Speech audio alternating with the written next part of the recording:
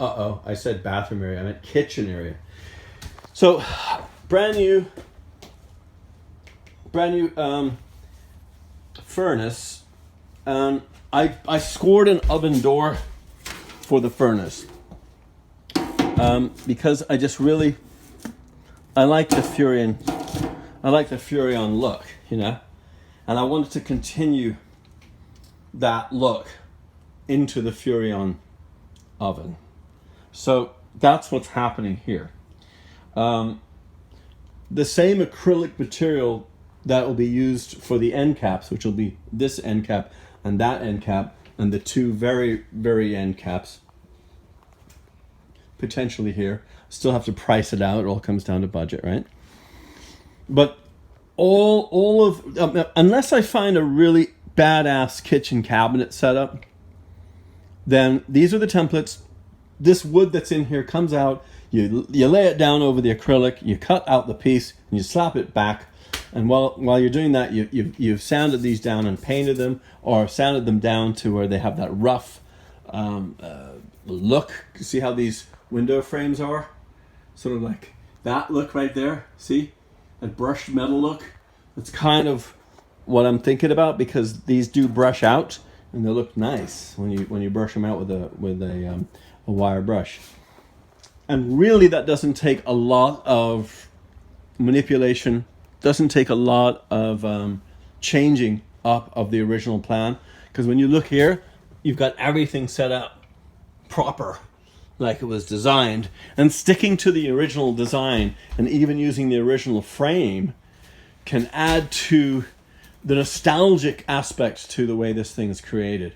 Yes, I am doing away with extra walls that are just there really for the privacy accordion curtains, but other than that, I don't see any other reason as to, you know, why if it ain't broke, don't fix it, unless I find a wonderful cabinet setup that would obviously have to match this, which is a tough call because this is not easy to find, but if it's out there, I'll find it. So okay, so that's kind of where we're at with the kitchen overall design.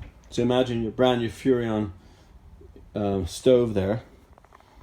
Imagine your stainless steel double door fridge here, and your matching stainless steel. I might just keep this sink. I like it. I think it's cool.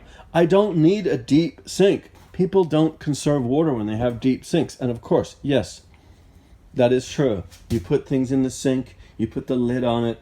I might do that. I'm not saying I'm not gonna, but you know, it's easy to plumb in. You know, it's not like it's rocket science out here. You know, I mean, you've got this, you know, it just goes there. You know what I mean? It's not like, oh wait, we're gonna have to reinvent the wheel here. So for me, I like this. I really do. I like this sink. I think it's cool. I think once it all gets cleaned up, it's the original sink.